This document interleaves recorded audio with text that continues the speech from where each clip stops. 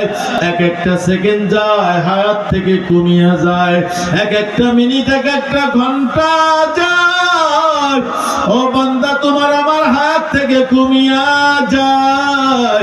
একটা দিন চলে গেল, আপনার আমার জীবন থেকে একটা দিন চলে গেল। এই দিনটা আর সামনে পাওয়া যাবে না।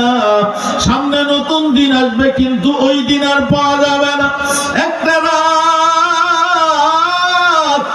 আপনার আমার জীবন থেকে ওঠে চলে গেল, এই রাতটা সামনে আরো রাত পাওয়া যাবে রে বাবা, কিন্তু এই রাতটা আর ফিরে পাওয়া যাবে না। আম্মা জান আয়েশা সিদ্দিকা রাদিয়াল্লাহু তাআলা আনহা, আল্লাহর নবী ঘুমিয়ে আছেন, আল্লাহর নবী আম্মা জান আয়েশার হুজরায় ঘুমিয়ে আছেন। হঠাৎ করে রাত্রি গভীর, আমার আম্মা জান আয়েশা সজাগ হয়ে গেলেন। হাত দিয়ে সামনে হাত অগ্রসর করলেন, হাত দিয়ে দেখেন নবী তার বিছানায় নাই। এক পর্যায়ে আম্মা জান বিচলিত হয়ে গেলেন, তাড়াতাড়ি আমার নবীর খোঁজে বের হয়ে গেলেন। এক পর্যায়ে খুঁজতে খুঁজতে আমার নবীকে মসজিদে নববীর পূর্ব পাশে ডাকিয়ে গরকাত ওই জান্নাতুল বাকি কবরস্থানে আমার নবী মুর্দাদের জন্য দোয়া করতেছে। আমার নবী কবর জিয়ারত করিয়া কবরবাসীর জন্য মাগফিরাতের দোয়া করতেছেন।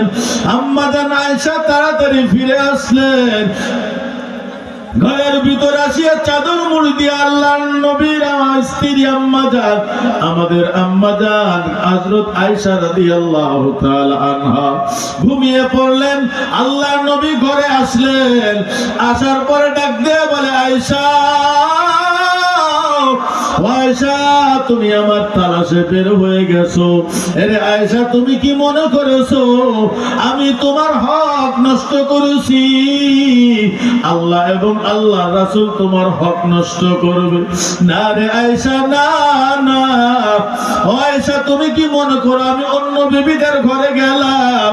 আয়েশা, না না, আমি গেছি বাকিয়া গরকাত কবরস্থানে জান্নাতুল বাকিতে, ওইখানে মুর্দাদের জন্য রূহের মাগফিরাত কামনার জন্য গেলাম। আরে আয়েশা, তুমি কি জানো আজকে কেমন রাত, কোন রাত, কোন রাত? আম্মা জান আয়েশা বলে, ইয়া রাসূলুল্লাহ, ইয়া হাবিবাল্লাহ, আল্লাহু ওয়া রাসূলুহু আলাম। নবী আমার ডাক দিয়ে বলে, আয়েশা,